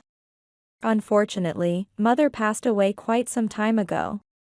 I always wanted to meet Sandra and her family, but she was taught that I didn't exist in this world. It would have been too cruel to tell such a young child about her father's situation. Last year, my mother passed away. She asked my father to look after me, and it seems he cared for me from afar. I knew about your marriage because I was at the company. But that day, I was really surprised to see Sandra soaking wet in front of the house. You were being taken care of by the chairman that day? Yes. My father helped us when we were drenched. As I glared at him with a stern look, my father gently put his arm around my back and supported me. You said I had no economic power, didn't you? Unfortunately for you. I have inherited my father's company, and now my total assets are $13 million. I'm not petty enough to fuss over $80,000. That was all. The reason I wasn't shaken by the large sum of $80,000 that day was because my father had proposed this plan when he rescued us. That woman in the photo is the daughter of someone I know. I'll explain the situation to her partner, and they will divorce him soon. They are intelligent people, I think they will understand. Don't worry about any financial issues, I'll take care of everything. Sandra, you should prioritize yourself and your child. You are a precious keepsake from your mother. I won't let you be unhappy. Be at ease. With these words from my father, I easily agreed to the divorce. The amount demanded was transferred without hesitation. So, all this time, you were innocently manipulated by us. Have you finally understood, you fool? It's laughable that you think you're so smart. I snorted in derision, and he didn't respond, seemingly crestfallen. It was over. I truly felt it was hopeless, and there was nothing else to do but to back down. Thus, our fierce dispute came to an end. Ned never interfered with us again.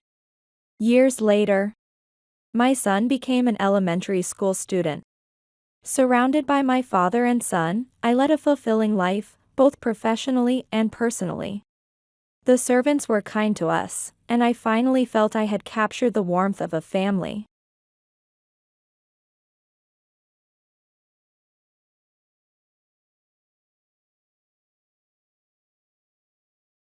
Infertile defects, get lost. I'm also going to demand compensation. Scott, who has been suffering from a chronic illness and has been searching for a donor. Suddenly, he proposed a divorce to me, who had been supporting him earnestly. Not understanding why, I was stunned, but his words made me decide on the divorce. Understood, I replied shortly, and left. The next day, as I was unpacking at my new place, I had received 27 missed calls from Scott. It was too late by the time I realized the seriousness of the situation. I'll show him hell. My name is Megan Hansen. I have been married to Scott for 7 years. My married life with him has been tough and harsh. It all started from suspicions of infertility since we couldn't have children. Among his siblings, we were the only ones without children. Every time we met, his mother would rush us asking about grandchildren. And Scott would continue loveless acts just for the sake of having children. I was pitted by his siblings and their wives. And each visit to his parents' house wore me down mentally. Hey, I'm just saying, but could it be infertility? It was the 3rd year of trying to conceive. Since there was no sign of pregnancy, Scott began to suspect my infertility. I've also been feeling anxious and did some research. If we can't have a child after 5 years, we can't deny that possibility. Seriously? A woman who can't have children is the worst. It's like a fraud. What? I couldn't believe what Scott had just said. Why is it only my fault? Well, it's obvious. I've never heard of male infertility, and nobody around here has it. It's mostly the women's fault. There's no way I'm that rare case. The cause of infertility isn't just with women. Men can also be infertile, and without any tests done at this stage, I couldn't accept being blamed alone. Deciding now who's at fault without any tests isn't right. Whether it's good or bad, if infertility is discovered after testing, we should proceed with treatment and try to have a child. Isn't it important to think about the future? If testing reveals infertility, that's the end of it. I have a junior who's been trying IVF and complaining about the high costs. I don't want to go through all that. And I'll just tell my parents you're infertile and to give up on grandchildren. That's the end of it. There's no need to talk about the future. No matter what, he wanted me to be the cause. Why do I have to be labeled infertile? I've been saying over and over, we won't know unless we test. Watching Scott interact listlessly, seemingly uninterested in the conversation, my irritation grew. Day by day, I worried about not being able to conceive, a concern that Scott had voiced as well. As the days I felt anxious about not conceiving continued, I wondered if I might be the cause. However, my friends and parents encouraged me. And they always suggested discussing it with Scott. Despite this support, Scott not only failed to face the issue but also kept rejecting me. He wouldn't listen and just blamed me for not conceiving. Enraged, I raised my voice and he glared at me annoyingly. There's no way I'm the cause. My brothers all have children. I've heard that infertility can be genetic. Indeed, my mother said she struggled to conceive me and my sister. But it wasn't infertility, just timing. Knowing this, Scott wanted to pin the blame on me. Your hypothesis is disproved by the fact that my sister and I were born. But neither you nor your sister have children. My family does, so obviously the problem is with your body. There's no reason I should be blamed. My sister and her husband had just married 6 months ago. It's unreasonable for them to start trying for children so soon. Scott jumps to conclusions without even understanding such matters. I clenched my fists in anger at Scott's stubbornness. So you just want to blame me? It's not my fault, it's yours. If you're going to say that, let's get tested properly. You're confident you have what it takes, right? Then, let's go together and get it clear. I also wanted to know if I was infertile. Even if something happened and we divorced. If I remarried and tried to have children with someone new, I wanted to know my chances. With this discussion, I started to consider divorcing Scott. Unaware of my thoughts, Scott easily fell for cheap provocations. Fine? Since it's your fault anyway, there's no problem even if we test. Thus, we decided to get a fertility test together. However, right after this incident, Scott's chronic illness was diagnosed. He was at stage 5 chronic renal failure, requiring dialysis treatment. Your husband's renal failure is at stage 5. It's terminal, but it doesn't immediately threaten his life. We can maintain his current condition with dialysis treatments. I couldn't believe what the doctor was telling me. End-stage chronic kidney failure? Stage 5? Repeating these words in my mind made everything else go blank. I couldn't take in anything else the doctor was saying. He will need to visit 4 times a week, each session lasting 4 hours for hemodialysis. If there's no improvement, we'll proceed with peritoneal dialysis, requiring hospitalization. In that case, he will undergo APD during night sleep at least once a month. Or CAPD during the day 4 to 6 times. Doctor, will Scott's condition improve with this treatment? As I listened, it sounded more like symptom management rather than a complete recovery. I asked for clarification, and the doctor's expression darkened. Honestly, think of it as a lifelong condition rather than something that will recover. A donor transplant would ideally be necessary to lead a life as freely as before. However, finding a donor is not easy. What we doctors can do is prevent his condition from worsening. We aim to allow him to spend his daily life with his family. That's terrible. Hearing this was a shock, but having it clearly stated made it difficult to accept. Scott, listening next to me, seemed even more shocked, his face downturned, silent. We went home silently that day, with dialysis treatment starting tomorrow. Scott, are you okay? Back home, Scott continued to be silent. Concerned, I approached him as he sat on the living room sofa. And he started laughing hysterically, as if he had lost his mind. Me, with end-stage renal failure. It's laughable. Why do I have to go through this? Just as he was laughing, the next moment, he threw the TV remote at me from the table. Surprised, I let out a small scream. And instinctively covered my face with my hands to dodge the attack. This is all because I married someone like you. How can you say that? The diagnosis had clearly shaken Scott the most. Yet, that didn't mean his words didn't hurt me. I am human too. Though I had considered divorcing him, I had never once wished he would just disappear. However, I couldn't forgive Scott for so easily throwing such hurtful words at me. Deeply wounding me from the bottom of my heart. You've ruined my life. Not only can you not bear children, but you also don't function as a woman should. Plus, you bring this inexplicable disease like a plague. Marrying you has ruined my life. Illness erodes a person's heart. That was clear from Scott's words. There had always been hints of his abusive nature. But he had never gone this far before. If only you weren't here.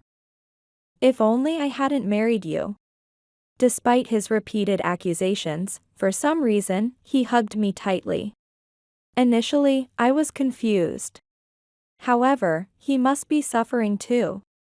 His arms trembled as he held me. Probably, being outwardly pleasant, he had no one else but me to lash out at. At that moment, I felt I was the only one who could bear his hardships. So I decided to endure whatever was said and support him. It would be okay to wait until his illness stabilized. Divorce could happen at any time. For now, I would support him to my limits. With that thought, I embarked on a challenging period of caregiving. However, a month later, I realized that was a mistake. Megan, let's get a divorce. We were having dinner together when Scott suddenly declared his intention to divorce. Confused, the movement of my fork halted as I was about to eat. Unaware of my state, he continued to eat his meal as if nothing was amiss. What? What are you saying all of a sudden? What did you just say? Didn't you hear? Let me say it again then. Divorce me. We can't continue as husband and wife. It wasn't just my imagination. Scott was indeed proposing divorce. But why so suddenly? I had no memory of doing anything that would lead to a divorce. Stunned by the incomprehensible situation, Scott sighed impatiently. I'm just fed up with being with you. Just seeing your face stresses me out, and it seems like my condition is worsening. That's terrible. Why divorce?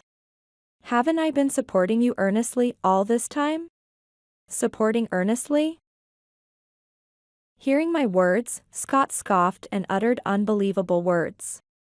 Your fault I got sick, and we can't have children. You've dragged me into this pit of misery, and you talk about support? Don't make me laugh.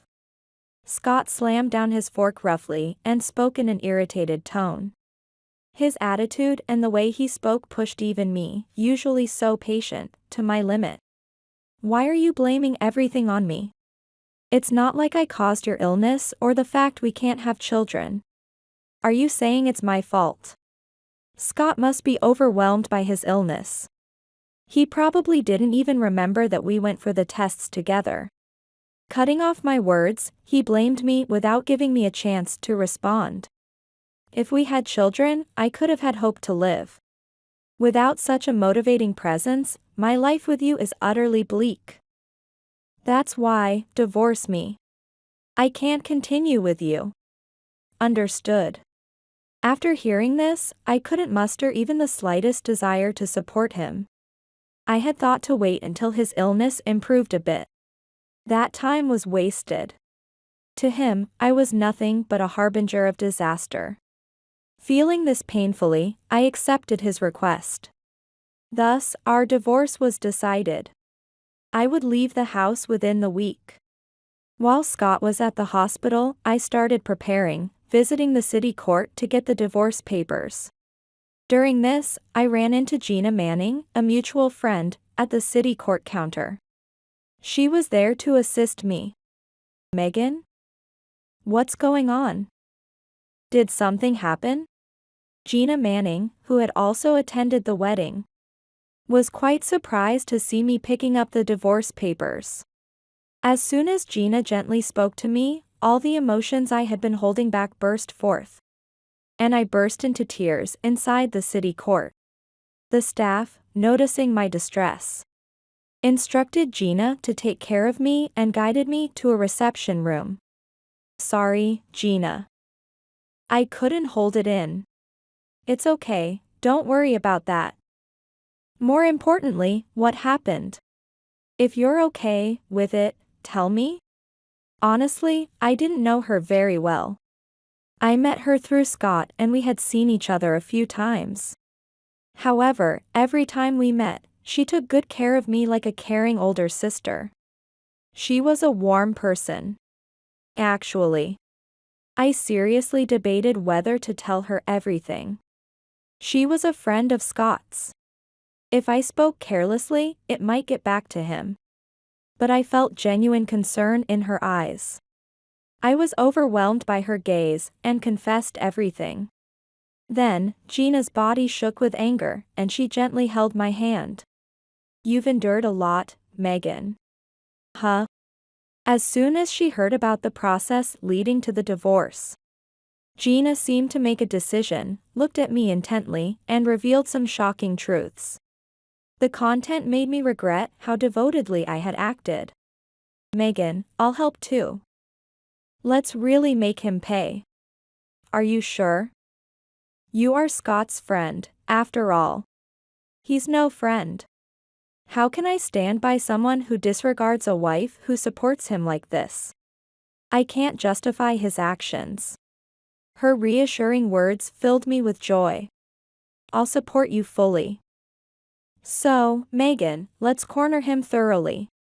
Yes. Thus, I decided with Gina to take revenge on Scott. That night, after he returned from the hospital, we confirmed the divorce papers together. Finally, everything was packed, and I was ready to leave the next day. Finally saying, goodbye. Huh? It's refreshing. I won't have to see your worthless face anymore. That's good. I hope this makes you happier. Despite Scott's taunting words, I responded with a calm smile and gentle tone. He might have felt something was off, but he did not pursue it. Instead, he seemed to have some big news for me, giving me a meaningful smile. Man, it seems like my luck started to turn around once we decided to divorce. I found a donor today, the doctor told me at the hospital. Understanding the reason behind his meaningful smile, I feigned a smile and congratulated him on finding a donor. That's great. I'm glad a donor was found for you. Now my life is going to be rosy. Oh, there's one more important thing. Oh? What is it? Scott, grinning as if he were leading up to the main point, waited as I pretended not to notice and responded with a puzzled look. Then, he laughed mockingly and delivered a shocking statement. Now that the divorce is settled, I have no use for you anymore. So disappear, you infertile defect. I'm going to demand compensation too. Marrying you has brought me nothing but misery. It's only fair, right? I was inwardly dismayed by Scott's unbelievable words. He really must think I am unaware of everything here. Little does he know, he's the one who's oblivious. While inwardly mocking Scott's foolishness, I simply agreed to his words. Understood, I replied briefly, and the next morning. After submitting the divorce papers at the city court, I left the house. That evening, I met up with Gina after work and went to my new home. Is this about enough for unpacking? Yes. Thank you so much. I didn't expect you'd even come to help. What are you talking about? This is the least I can do. Despite probably being tired from work, she had brought friends to help with my move. Gina, well-liked and fortunate with friends, had many people willing to help a stranger like me move. By the way, hasn't someone's phone been ringing nonstop? Isn't it Megan's? I think I've been hearing vibrations from her bag. Prompted by their words, I quickly grabbed my phone and saw 27 missed calls. All were from Scott. Did he finally notice? Calling now is pointless. As Gina and I exchanged knowing smiles, Scott called again. Answer it. I'm curious to see how he reacts. Put it on speaker. Gina was clearly enjoying the situation. Following her suggestion, I put the call on speaker, and a frantic Scott came on the line. Megan. What have you done? You won't get away with this nonsense. Scott immediately started with rough words. Hearing his tone, the men paused their work to listen to our conversation. What are you talking about? I don't understand unless you explain. Don't play dumb. You cancelled my donor, didn't you? The conversation took a turn exactly as I had anticipated, almost making me laugh out loud. It turns out that the donor Scott had been talking about was me. I went to the hospital this morning and explained the situation to the doctor.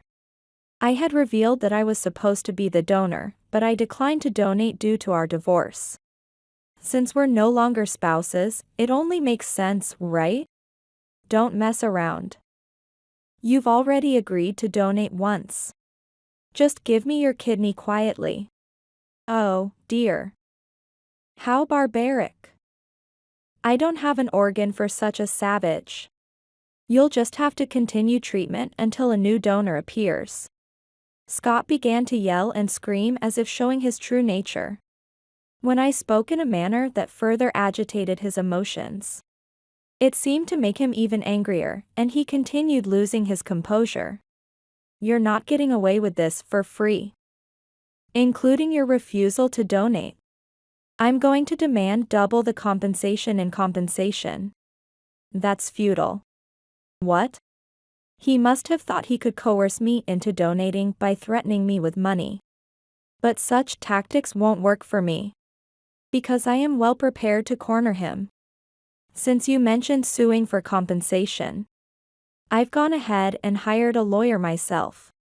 So what? You think you can win against me with that? Don't you get it? I didn't hire a lawyer to protect myself. It's to sue you for compensation in return. What? At my sudden revelation, Scott let out an incredulous sound. To his surprise, I disclosed a shocking fact. You had an affair while we were married, didn't you? What? Scott visibly shook upon hearing about the affair. He had indeed started the affair just before his illness was diagnosed. And had been fooling around since. Gina had witnessed Scott entering a hotel with another woman and was shocked by who it was. I never thought you'd get back together with your ex-girlfriend from high school.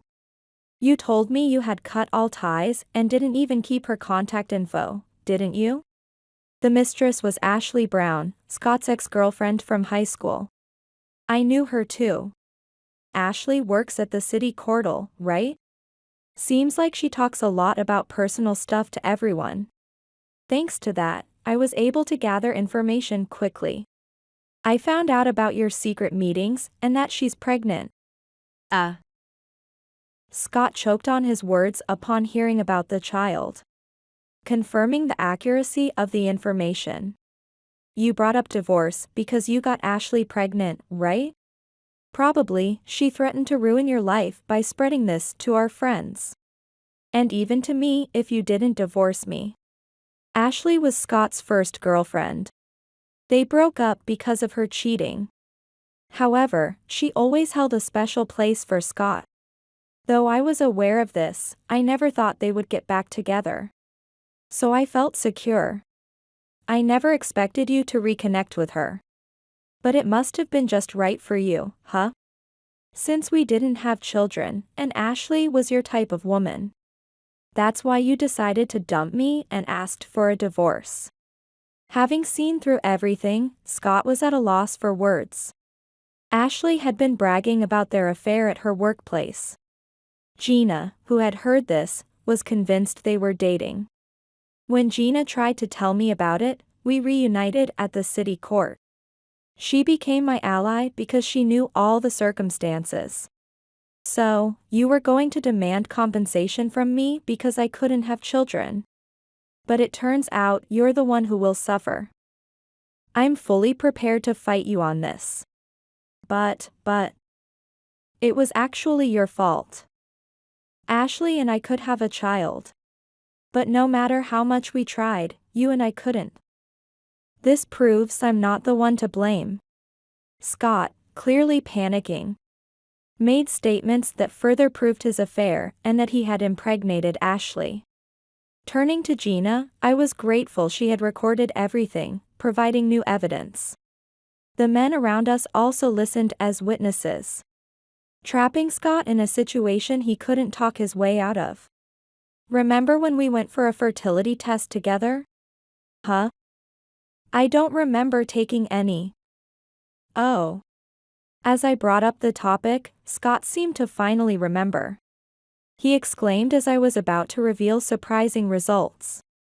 About the test results, it turns out I'm not the one with the issue. Huh? Confused, Scott made a puzzled sound over the phone. The test showed that the infertility issue is with you, Scott. You're the one without viable sperm. The fact that Scott was infertile left him speechless.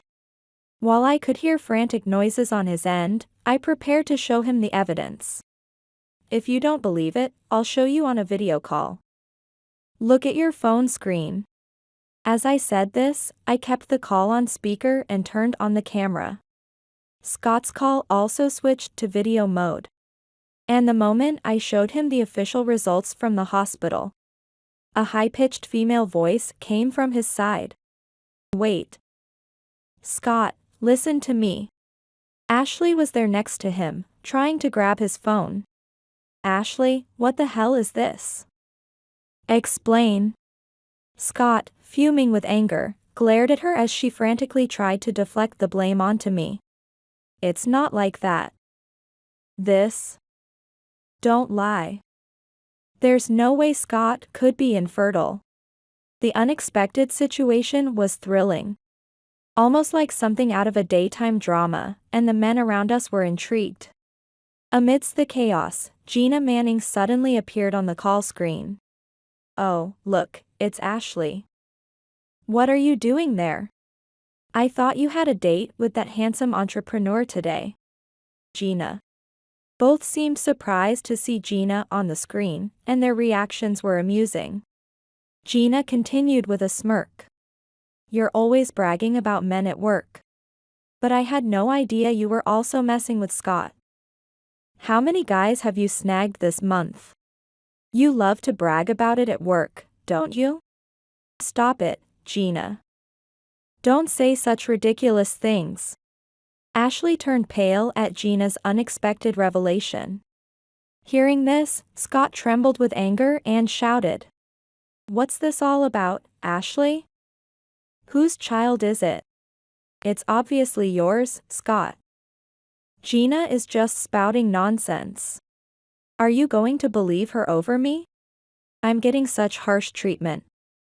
Why would you think I'm lying? If you want to label me a liar, how will you explain away this recording? Care to enlighten me? Gina, finding amusement in the escalating conflict, began to play a damning audio recording.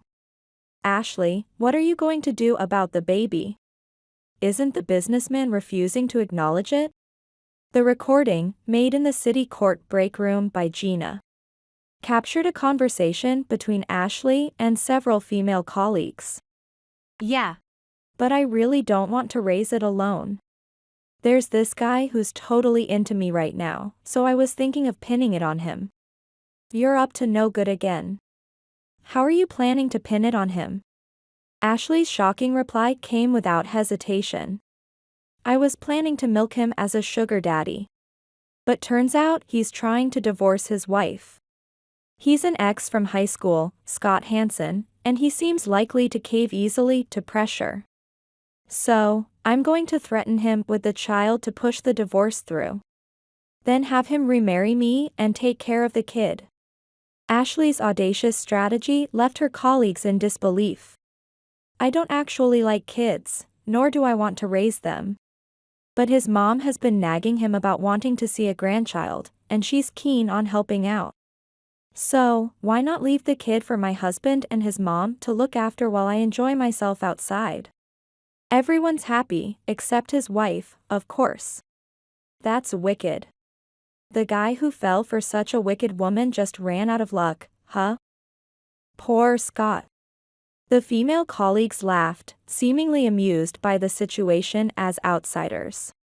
Scott, hearing this, was seething with rage, while I was aghast at the unfolding drama. It's not. I mean, don't give me excuses. With this evidence out, how do you plan to wriggle out of this, huh? Scott seemed ready to confront Ashley physically, which alarmed me enough to interrupt their heated argument and declare my stance to Scott. That's how it is. A lawyer will probably be visiting you soon. Let's discuss this through the lawyer from now on. Wait, Megan.